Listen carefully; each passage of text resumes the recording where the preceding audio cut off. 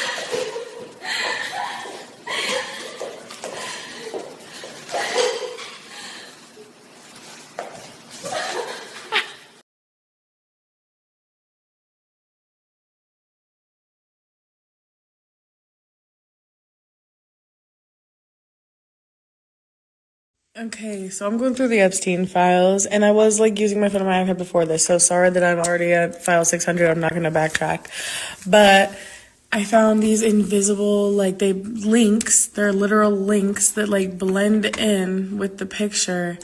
And if we go over here and we search these things, this is fitra. It's an Islamic belief that children will become Christian, Jews, or members of different faith. It's a Islamic belief.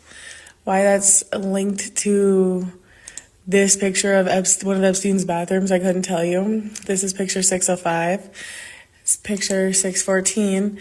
Tiny right here, this shite. Search this. Where have they been? I don't know, talking to kids, manipulating kids, getting them to do suicide things, sewer slide things, you know what I'm saying? Lots of PDFs on there. Yeah, why is there well, I guess that makes sense as to why there's a link, but why? Huh? Why specifically, you know what I'm saying? Are these little drip fed information that we're getting? Look, I found this link right here. Tiny, just in the fabric of this curtain. 14. This is them mocking. I believe, I could be wrong, mocking this fucking quote. I read this one that freaked me out. Do not let your heart be troubled. Believe in God, believe also in me. In my Father's house are many dwelling places. If it were not so, I would have told you. For I go to prepare a place for you. If I go prepare a place for you, I will come again and receive you to myself, that where I am, there you may be also. Which is like them, I assume, eating kids. Receive you to myself. I feel like they're using that very punnily. Okay, that was picture 608. Let's go to 630. Mr. Epstein, how long have you been sexually attracted to underage minor females? Objection, harassing, argumentative. Are you kidding? No, I mean, I don't feel like I'm divulging any secrets here, right? Move to strike. No, that's the question. I'd like to answer that question as well, like all your other questions today. However, I have to follow my attorney's advice. They have told me that I must invoke my 5th, 6th, and 14th Amendment right to not answer those questions today or any questions relevant to this lawsuit. What was the name of any of the underage minors that were the subject of the criminal charges to which you pled guilty?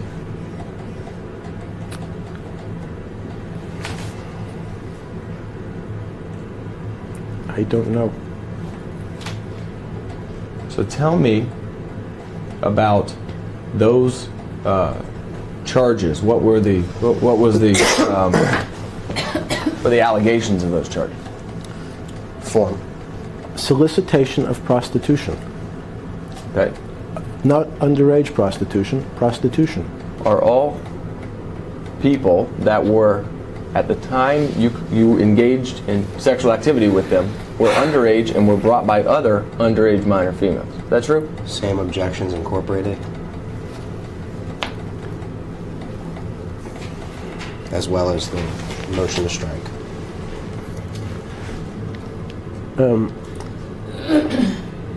I don't understand. I'm sorry, I don't even understand the question. Good morning. We're now on the video record. Today is Wednesday, the 17th day of...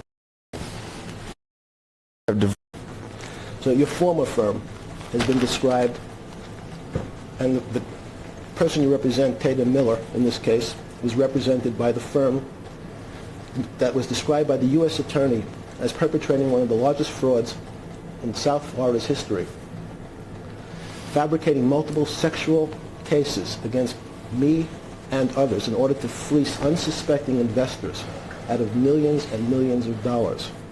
So though, unfortunately, I'd like to answer each one of your questions today, my counsel advised me I must assert my 6th Amendment, 14th Amendment, and 5th Amendment right. Though I believe you know I'd like to answer those questions, but at this moment I must assert those rights or risk losing my attorneys. Sure, let's test that answer.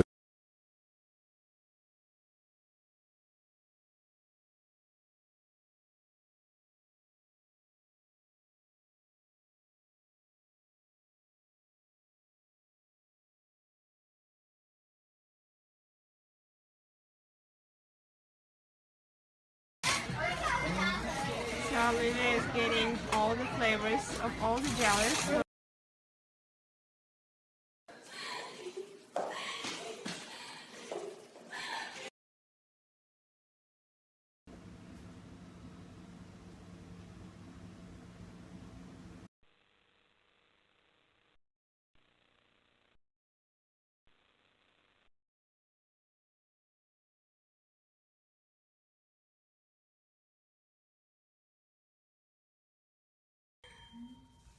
You ever involved in...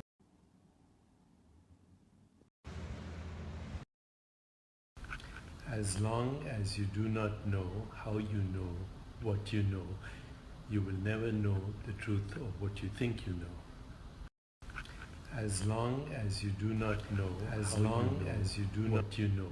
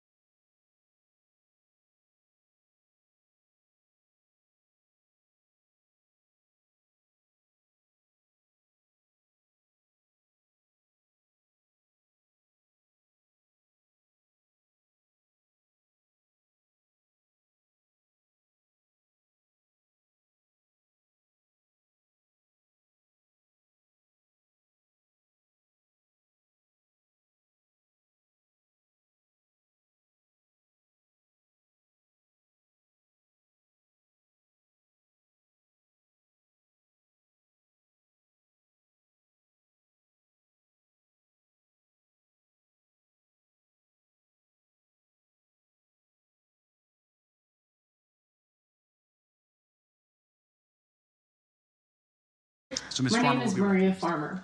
I am the whistleblower who reported Jeffrey Epstein, Ghislaine Maxwell, Les Wexner, and others to the FBI 30 years ago in 1996.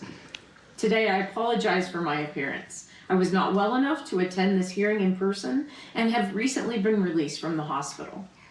That's the result of 30 years of fighting. For 3 decades, I've carried a weight that no survivor should ever have to bear. I reported what I believed were heinous crimes against children, and these individuals responsible were involved in an international pedophile ring.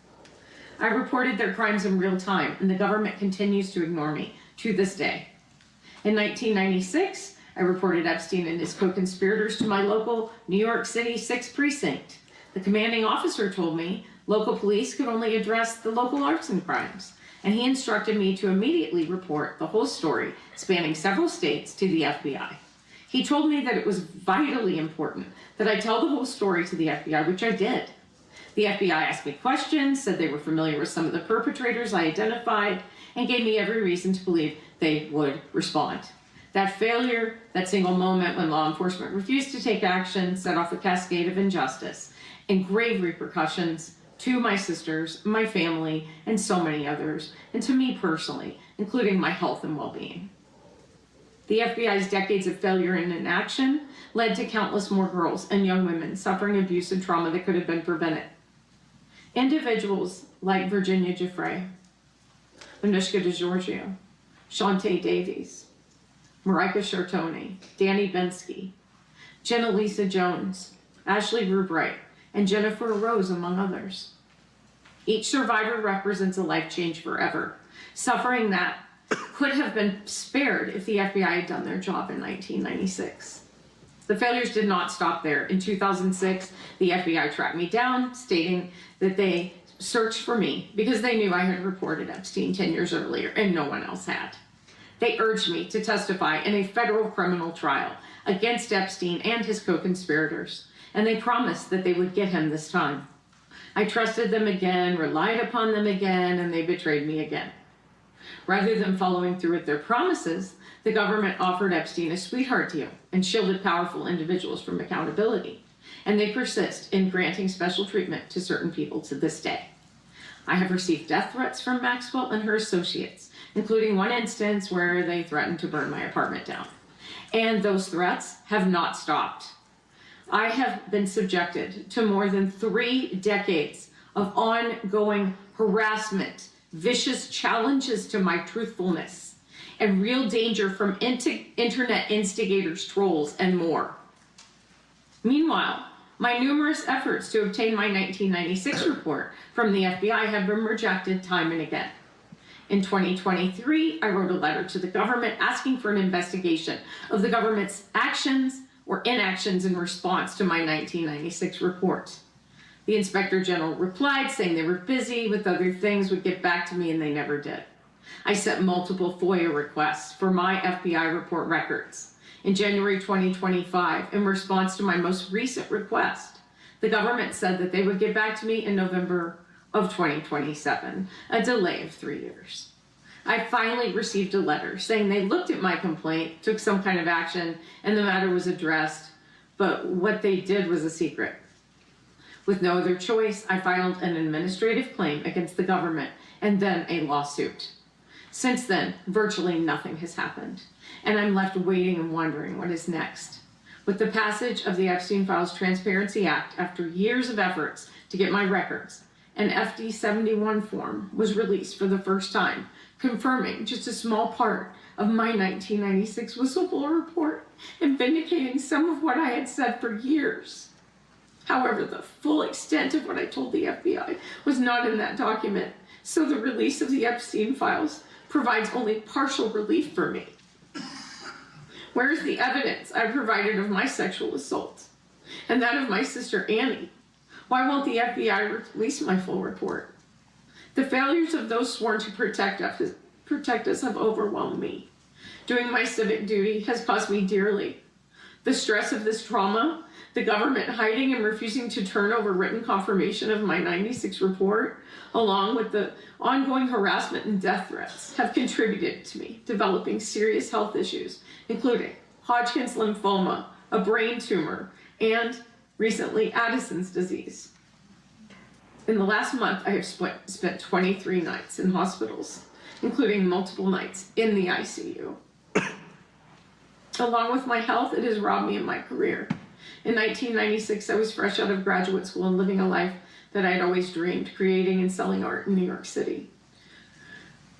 When I was assaulted, threatened, held captive, my career was halted, and the trajectory of my life was thrown off course. So many others had their dreams shattered by these crimes, and they could have been prevented.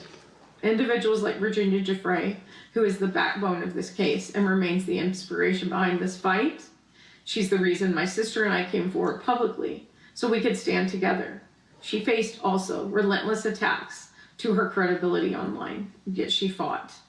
While Virginia may no longer be physically beside us, she's been our shining star and guiding light and remains so today.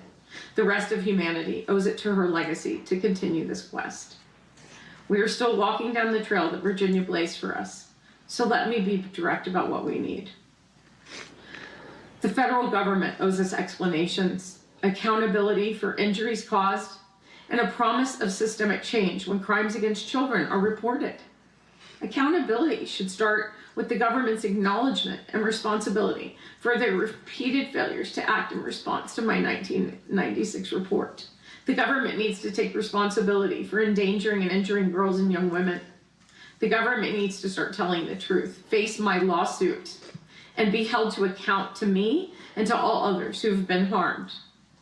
Had the FBI done their job, 30 years of child sex abuse and trauma could have been avoided.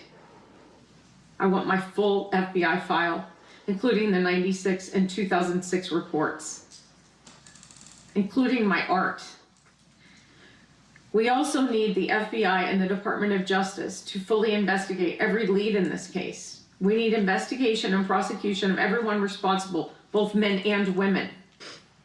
This includes the officials who enabled the 2008 Sweetheart Deal, the other perpetrators and the many co-conspirators, and anyone who is currently shielding powerful individuals from justice.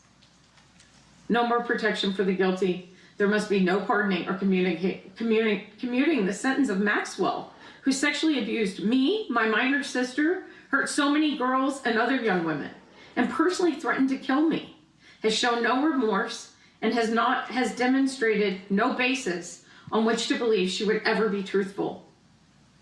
As the Epstein case whistleblower, I have waited 3 decades for justice. It's a miracle I'm still fighting, especially considering what the stress of 3 decades of this case has done to my health and well-being. I will keep fighting for justice and transparency, for a better, safer future for the next generation. Thank you.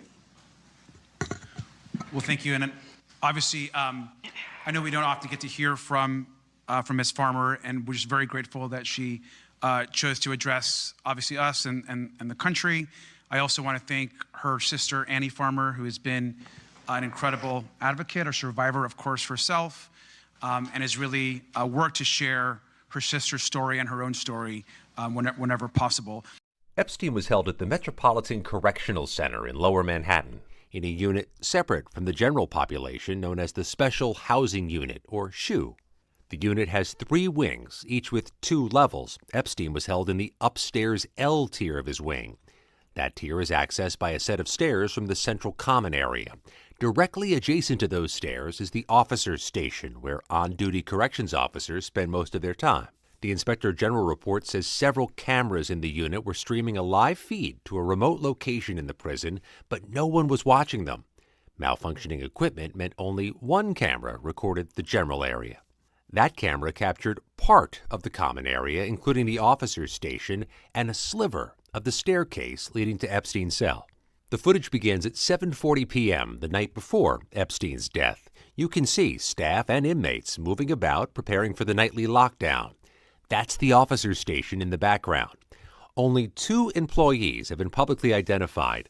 Tova Noel, a corrections officer pulling a double shift that began at 4 p.m., and Michael Thomas, a materials handler who won't arrive until midnight. Epstein is seen for the first and only time on camera at 7:49 p.m. when the Department of Justice said he was escorted to his cell from another wing of the unit. It's important to note here, you don't actually see Epstein ascend the stairwell to his cell block. Remember what Dan Bongino said. There's video clear as day. He's the only person in there and the only person coming out. You can see it. Let's zoom in and play that again in slow motion. Here's the sliver of stairs. Epstein is here with his escort, and they walk off screen. When the FBI released the video, they said anyone entering or attempting to enter the tier where Epstein's cell was located from the common area would have been captured by this footage. But with the primary entrance here, the pathway from the entrance to the stairs is completely out of view of the camera. For the next hour or so, corrections officers and inmates are seen moving about, preparing for all prisoners to be locked down. At 8:21, another inmate is seen being escorted toward the stairs leading to Epstein's cell area. No movement is detected on the stairs again. By 8:24, all of the inmates appear to have been taken to their cells. Noelle told the Inspector General she visited Epstein's cell at about 10 p.m. You can see her head in that direction here, albeit closer to 10:30, but not climb the stairs. The rules require rounds to be made every 30 minutes, but according to the report, this was the only time anyone checked on the inmates that night. There was even a sign printed on orange paper posted on the guard station saying mandatory rounds must be conducted every 30 minutes on Epstein, as per God.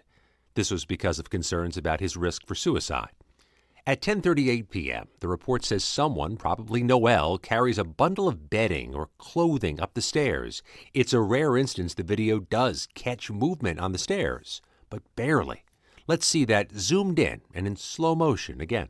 Several of the video forensic experts we spoke with were skeptical about the report's conclusion and thought that the video could be showing an inmate walking up the stairs.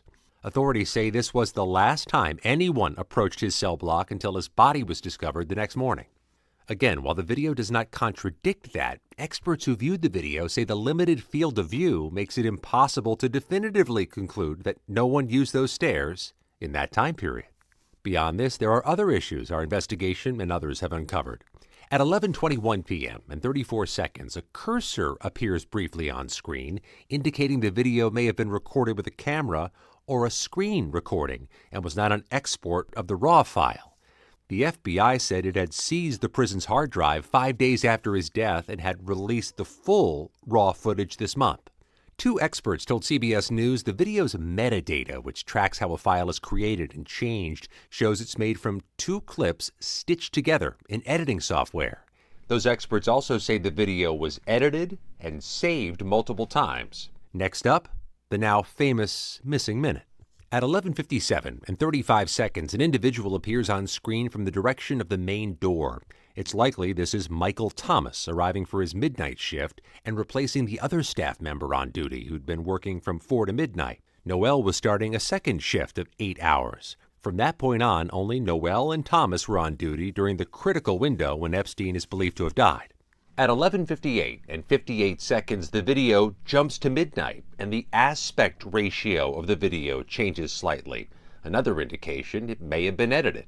Zooming in and playing back in slow motion, you can see a slight shift in the shape of the figure standing or sitting around the officer's desk, but otherwise, nothing changes. Attorney General Pam Bondi attributed the missing minute to a nightly reset of the security camera system. There was a minute that was off the counter, and what we learned from Bureau of Prisons was every night, they redo that video. It's old, from like 1999, so every night the video is reset, and every night should have the same minute missing, so we're looking for that video to release that as well, showing that a minute is missing every night. That additional video has not been released, and a government source has alleged to CBS News the FBI and other agencies are in possession of the full, unedited footage. Why the FBI did not release that is unclear, and the agency offered no comment. Importantly, the Inspector General gives no indication there was a minute missing when their team reviewed the video. We can surmise the male staffer working the 4 to 12 shift would have left during the missing minute based on the report, leaving just Noelle and Thomas. But that is not seen on camera. Serious problems with the government's investigation and witness statements don't end there. The report says the unit was secured by 2 doors, one requiring a key held only by Noelle and Thomas. Noelle told investigators no one could enter without her physically opening that door. But here's where it gets tricky. Let's look at this one example. 4 a.m. Noelle remains in full view of the camera, yet seconds later someone walks in, and it appears neither Noelle nor Thomas let her in. The report is silent, on this apparent contradiction. And even if there was no other key, both Noel and Thomas had ample opportunities to let someone in. At least a half dozen times, one or the other of them exits the camera frame in the direction of the door, all without explanation.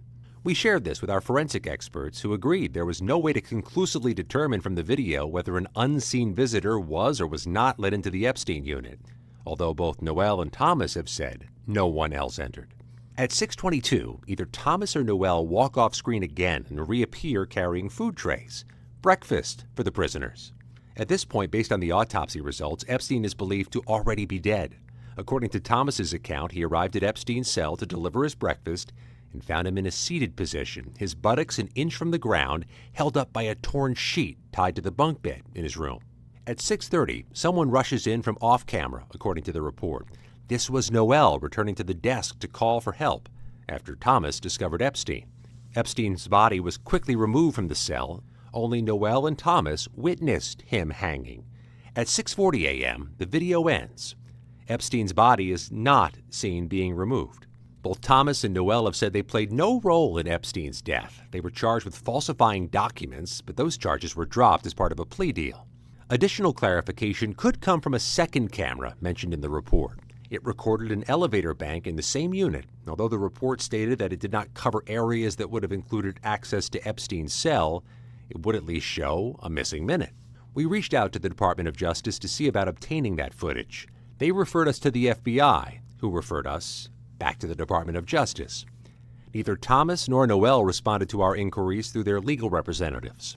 For a case that demanded transparency, it's yet another muddled chapter, raising more questions than it answers. So you know how the jail workers said they think they switched Epstein out when that unmarked transport van showed up when they're not normally showing up? I think I found something. So in the data dump, they let us have like the hours and days leading up to, and this is the last. Wait till you see this shit. What you do is, this is the PDF, right? You search the PDF, you copy the link address, you put it in another, right?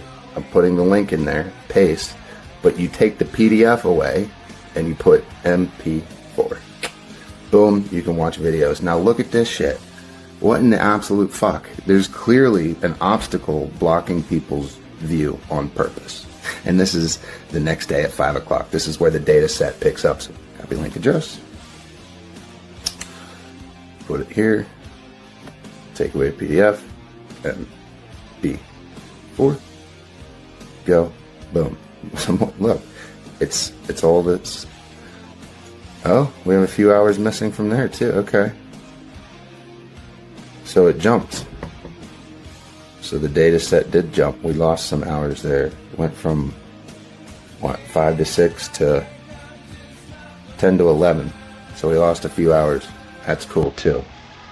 Awesome. Have you ever socialized with Donald Trump in the presence of females under the age of 18? An international domino effect as millions of documents reveal Epstein's global connections. The former Prince Andrew Mountbatten Windsor, has been arrested on suspicion of misconduct in public office. Peter Mandelson, the UK's former ambassador to the US, has been arrested on suspicion of misconduct in public office. Alex Acosta is stepping down over his handling of a controversial 2008 secret plea deal with accused sex offender Jeffrey Epstein. From Europe, where the former Prime Minister of Norway has been charged with gross corruption, to the Gulf, where the CEO of one of the globe's largest companies, DP World, has stepped down. Though I'd like to answer that question, at least today, I'm going to have to assert my 5th, 6th, and 14th Amendment rights. The American public understand that there is a huge cover-up being directed at the highest levels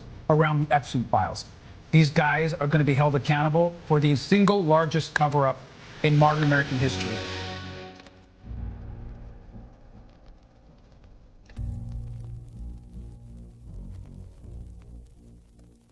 What is life for you like as the brother of perhaps the most notorious person in America? Well, my life is fine. I'm just getting a lot more calls from journalists and ask for, these kind of interviews. And I've told people I only talk about Jeffrey's death because I found that when I answer questions about anything else in the files, whatever I say gets misconstrued to fit somebody's agenda. So I no longer answer questions about the things in the files, which I really, to be honest, don't care about. I wasn't part of any of that. I'm not named in anything. And, and if anyone's in the files or something that's supposed to be getting into trouble for something, I have nothing to do with that. That's their problem, not mine. I don't want to be cold about it, but I have my own life. Look, trust me, it would have been a lot easier for me if I thought Jeffrey committed suicide. I could have then, mourned my brother and went on with my life. But instead, I'm right, but when you say, yeah, sure. But when you say you don't care about the files, I mean, I presume you mean because you're not directly accused of wrongdoing in them, which is completely correct, and you shouldn't have to justify something that doesn't involve you. However, your brother is obviously, there's so much stuff in these files which exposes him as an appalling human being. My question for you would be, how much of this is new to you? I mean, do you even recognize like I said, a lot what of you're it's new seeing to from me, your 'cause brother?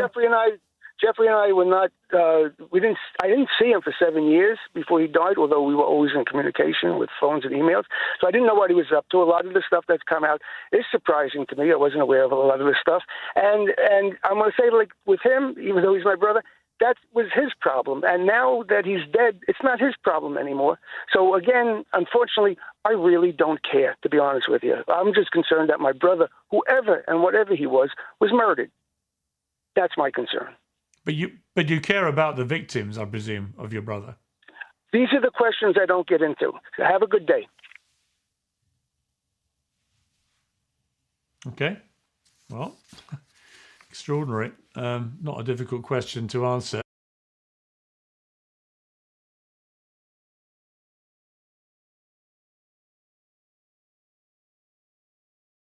On the morning of August 10, 2019, convicted sex offender Jeffrey Epstein was discovered dead in his cell at the Metropolitan Correctional Center in Lower Manhattan. Then U.S. Attorney General Bill Barr ordered an immediate investigation. We will get to the bottom of what happened, and there will be accountability. Several days later, the chief medical examiner of New York City ruled his death a suicide. But major questions remain, including how and even with what he may have killed himself.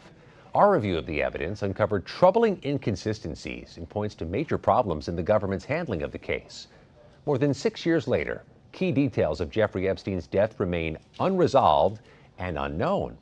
CBS News' 60 Minutes first obtained 90 crime scene photos tied to the U.S. Justice Department's 2023 final report. Those photos, taken by New York's Office of the Chief Medical Examiner, raise more questions than they answer. Some of these images are being released here for the first time. Crime scene experts who reviewed them were sharply critical, saying Epstein's cell should have been treated like a crime scene. And by all appearances, it wasn't. I'm CBS News correspondent Scott McFarland. Here's what we know.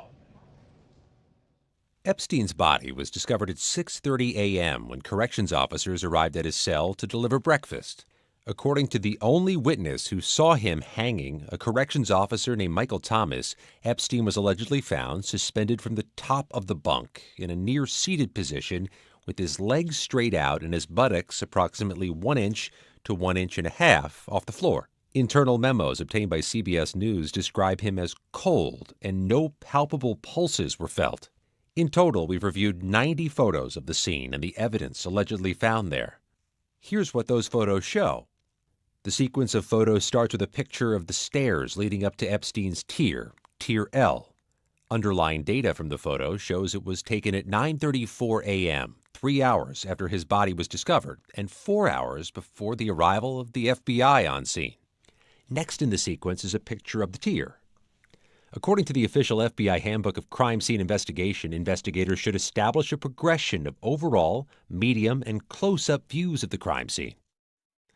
This is the only photo of the tier from that morning, and Epstein's cell, located to the right, is not pictured. Some really shoddy work here, if you can even call it that. I mean, there's an absence of work here. Nick Barrero is a former law enforcement officer and digital forensic expert. You always start with the big picture. For example, the socks on the floor in that hallway right there. If you're documenting that piece of evidence, well, one, you would put a little teepee, a little evidence marker on it, a little yellow number 1 or whatever next to it. and then you would photograph it from as far away as you can. And then you go in and you take one maybe, a couple steps away from the socks, getting it more in context. And then you get right up, as close as reasonable. So it's you see as much detail as possible and you take that shot. That's like evidence photography 101. You can also see on the back wall one of the prison cameras. It was streaming but not recording due to a hard drive malfunction that had been identified but not fixed, according to the Department of Justice report. Next is a blurry image of the door to Epstein's cell, number 220. Running underneath the door is a cable that provided power to a device meant to help him sleep, a CPAP machine. According to prison records, Epstein had initially been assigned to a cell in a different tier, but he was moved here for easier access to an outlet. Prison computer systems were never updated to note that move, according to investigators. On the door, you can see a piece of paper. Later photos show this up close. It's a printout with Epstein's personal details and a black and white picture. This was how prison employees knew who was in the cell. Above that, in a similar plastic slip, is the ID card for Epstein's former roommate, Efrain Reyes. Cells typically hold 2 inmates, and following a suspected suicide attempt, Epstein was mandated to have one. The day before Epstein's death, Reyes had been transferred out of the prison and brought to another facility. Former Bureau of Prisons officials were surprised to see Reyes's card still on the door. They're meant to confirm the identity of inmates as they're transferred and should have stayed with Reyes or the officers processing his transfer. Investigators said Reyes's transfer was key because it left Epstein alone in his cell, giving him the opportunity to hang himself. The Department of Justice determined the failure to assign Epstein a new roommate was potentially a fatal mistake. Next, we see the inside of Epstein's cell. There's a bunk bed, a toilet, and a small table attached to the floor.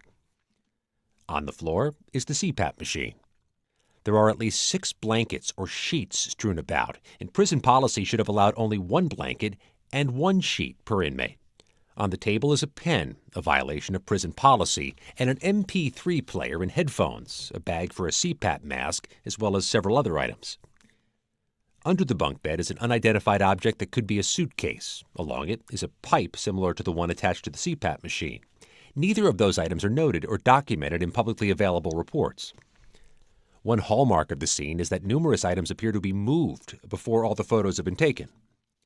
Case in point, these socks. Earlier we saw them down the hall, yet now a pair appears in front of his door. Experts say this is reflective of poor crime scene control. Next is a photo of the bunk bed again from a different angle. You can see an orange string hanging. This is one of several orange fabric pieces that appear throughout the room, as well as an additional evidence collected by the medical examiner. None of those are confirmed to be the noose that he hung himself with. In the Department of Justice Inspector General report, that picture is featured alongside the description of how he was found, suggesting investigators believe that was the string he used to hang himself. But if that was the case, and the room wasn't disturbed before the photographer arrived, he would have been sitting on mattresses, not the floor. You can see that there are actually 2 mattresses on the floor, as well as additional blankets. Sleeping on the floor and having 2 mattresses were both violations of policy. You can see additional orange fabric, perhaps clothing or ripped sheets, wedged between the wall and the mattress, but there was no documentation of those items. Next are several photos showing a close-up of a note. On one side of the folded paper, it said, "Davis kept me in a locked shower for 1 hour. Noel sent me burnt food. Giant bugs crawling over my hands. No fun." It's not clear who Davis is. Noel likely refers to Tova Noel, one of the corrections officers on duty. The next photo is the other side of the folded piece of paper. There's some indecipherable writing, and underneath that, the name Reyes, Epstein's roommate, and Reyes's prisoner identification number. Next to that is a name and number. CBS News has determined this is Reyes's uncle, who declined to comment. Epstein's brother confirmed this was his handwriting. According to a Bureau of Prisons investigation, Epstein had been making payments to Reyes's prison commissary account through one of his lawyers. It's common in prison for inmates to pay bribes to individuals outside of prison for protection. Reyes died of cardiac arrest in 2020, soon after being released from prison. Court documents indicate he had been cooperating with authorities in a federal case against a drug ring. There appears to be writing on the other side of the paper, but that wasn't photographed. The next series of photos are additional pictures of the bunk bed, showing the rope in detail and blankets strewn about. and a close-up of a different cloth that appears to be tied in a loop. Next, we jump to an entirely different room, although it's not clear where. We can see a defibrillator and an orange cloth tied to a noose-like shape. Comparing the floor, you can see that this is not Epstein's cell. A defibrillator had been brought out to be used on Epstein in his cell, and then again in a medic station at the prison, where employees had transported his body. This cloth did not appear in earlier photos in his room. According to the Department of Justice investigators, when the officer discovered Epstein, he said he immediately ripped the orange sheet or shirt away from the bunk bed. The other officer on the scene told investigators she heard Thomas call out for her to retrieve the cutter, and then she heard Thomas rip something. Going back to the photo of the noose, you can see the end of the noose is hemmed, which suggests it wasn't ripped down and was not the noose that Thomas discovered Epstein hanging from. There is no indication of where the noose was found in the reports. A diagram of this noose was included in the official autopsy. However, the Department of Justice acknowledged in their report the noose depicted is not the ligature Epstein used to kill himself. The next photo appears to be back in Epstein's cell. Now we see a CPAP mask. This was not visible in earlier photos, nor was this card or photo or these boxes. Most of those items are not seen again in the medical examiner's photographs. This is essentially a useless evidence photograph because it's like, okay, this was there somewhere at some time, but we have no idea how or why it ended up in the position that it's in. You would fail your police academy scenario if you did this. Like, there's no investigation here. Is this the mattress now on its end and these items were underneath? Not clear. Looking at the metadata, the photo appears to have been taken at 10:54 a.m. If that's accurate, that means the entire crime scene had been disturbed several hours before FBI investigators even arrived. Next, there are some additional details of the room, including a small piece of cloth attached to the window. Following that, we see a series of photos of medication being held by an investigator. One item appears to be the same packaging seen on the floor in the earlier photo. We can also note there are now 2 mattresses stacked on top of the bed, suggesting that the entire room has been reorganized, with no documentation of that process or where things were moved from. Here's how the room was found. Here's how it looks 90 minutes later. Remember, the FBI still has not arrived on scene. It appears the items that have been photographed in detail are now placed on top of the bunk bed. Where they came from is not clear. In a second sequence of photos labeled Path Evidence, we see evidence bags and evidence. The metadata indicates these were taken 5 days later. The first photo is a bag of evidence that says it contained ligature bedsheet material strip collected from the Metropolitan Correction Center, cell number 220. There are also 2 additional bags marked Epstein clothing and Epstein bedding. The ligature previously seen on the ground in a room that was not Epstein's cell is now photographed alongside the bag. Again, you can see the end of the cloth has not been torn or cut. The medical examiner also collected this blanket. You can see that it was ripped along the edge. The final evidence photos are Epstein's clothing that had been returned from the hospital. Included in that are plastic zip tie handcuffs. This photo, taken that morning, shows his hands are cuffed. While it may have made sense to restrain Epstein, given he had not been officially declared dead, the Department of Justice report makes no mention of it. According to prison sources, staff had access to handcuffs, which were the standard tool for inmate transport, not zip ties. Department of Justice investigators interviewed 3 inmates on the tier. 2 of them were in the cell across from Epstein's. But one unusual thing to note from an earlier photo, that cell had its windows papered over. That photograph was time-stamped 9:34 a.m., 3 hours after Epstein's body was discovered, although it's unknown when the paper was put up. In the government's report, those inmates were key witnesses in affirming the corrections officer accounts. One of those inmates in that cell said he observed a male CO, or corrections officer, enter into the cell and begin performing CPR. He said he saw Epstein on the floor and saw the guard emerge holding a rope and a defibrillator. He said he saw bruising on Epstein's face and earphones on his ears. Experts noted that removing a noose while the headphones remained in Epstein's ears would have been a particular challenge. A second inmate in that same cell said he saw the officer enter and shake Epstein, then try to pick him up and fall over, then begin giving chest compressions. That prisoner also said they saw staff put Epstein on a stretcher, still wearing headphones. He also says he saw a male corrections officer emerge from Epstein's cell holding a sheet with a loop and a knot.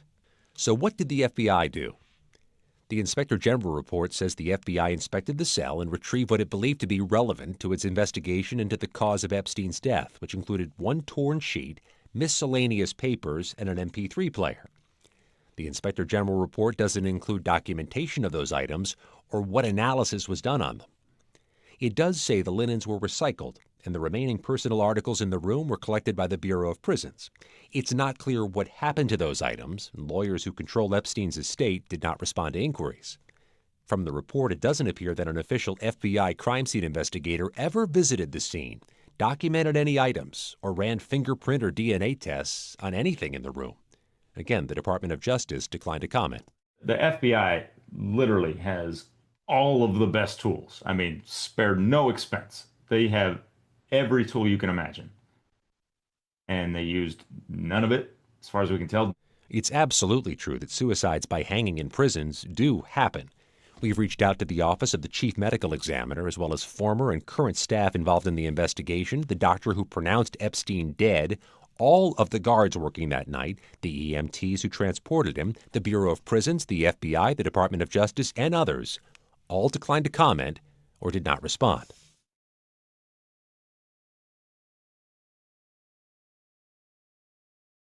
So how do you know this? That was close to straight. So I need the Donald. Just give me Donald.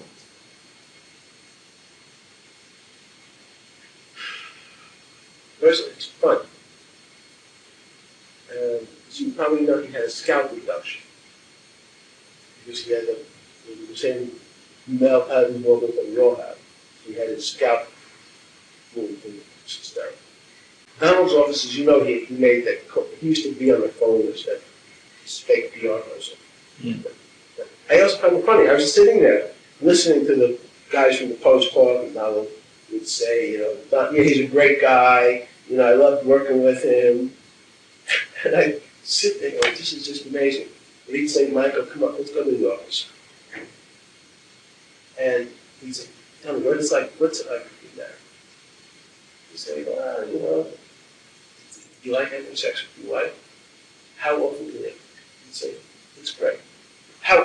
Seriously, Michael, how often do you have sex? Don't you want to try? You and I can go upstairs, or tomorrow come over. There's this girl's coming in from Los Angeles, part of the Hawaiian Tropic Conference. So come over 3 o'clock. You're going to have a great time. I promise you, Michael, it's just me and you. You're going to have a great time. Be up here at 3 o'clock. We can go upstairs. The whole time, Victoria's been on the phone listening. He's setting it up because he wants a story. So he has you on, because as the boy conversation, come on, you must have had a better wife, right? I said, yes. Tell me about it. And the wife's on the speakerphone listening to Donald and said, I think you're really hot. And I know you think you're a guy. Michael is like the end of the world, the best guy on earth. You'll be married to him. You're wrong. Just listen to the next 20 minutes. And go with the office set you up. So just tell me about his intelligence.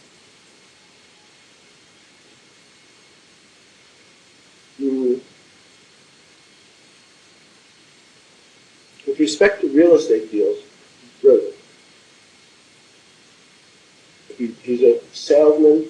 He knows real estate really well. Anything else but that, he knows nothing. No history, no strategy. And I start to say about executive function. The executive function says, and it's strange because construction, by definition, is just that. First you have the foundation, you have the steels going up, what stage? But in terms of his anything but real estate, he can't figure out if I fire a Bannon, what happens tomorrow. So cause and effect, that has no relationship. In analytic intelligence, No. Now, what's this thing about that functionally he can't read, or he doesn't read, or He doesn't. Well, he certainly can't read a balance sheet, which is funny. Has no idea.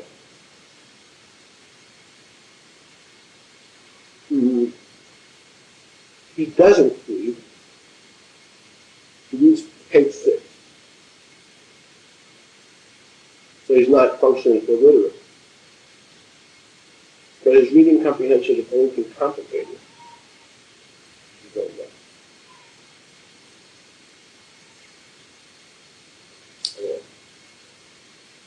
now what's other than he has he has a sense of humor. He can be funny. He's great, funny. What else recommends him? His ability to sell. He is charming. He is able to convince people. It's very much like Clinton. Both Bill and Donald have the ability to go over to a fat, ugly woman, say, "You are the most beautiful thing I've ever seen." So he tells everybody what they want to hear. And then it's charming. And I'm telling you that I know 4 or 5 people who have recently seen him. I just realized we're talking, where he built the UN Plaza Trump Tower, listening to our visits. I was going to take the top 4. I went with Donald to see it.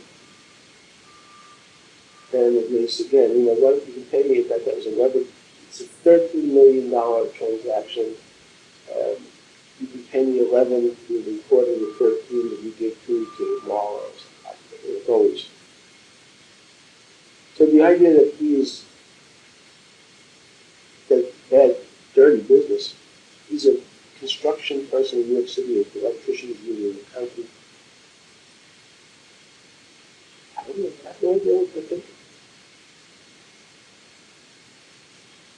But he's a horrible human being. In Jeffrey's book, he does nasty things to his best friends' wives. Anyone who first tries to gain your trust and then uses it to do bad things. That's how it goes. I think we have a snippet from one of the conversations that I recorded with Epstein, and I think this was in a restaurant in 2017. His people fight each other. Right. And then have outsiders. He sort of poisons the well outside. He will tell 10 people Bannon's a scumbag, and Priest is not doing a good job, and Kelly has a big mouth. And what do you think? Jamie Dimon says that you're a problem, and I shouldn't keep you. And I spoke to Carl Icahn, and Carl thinks I need a new spokesperson. So Kelly, even though I hired Kellyanne's husband, Kellyanne is just too much of a wild card. And then he tells Bannon, I really want to keep you, but Kellyanne hates you.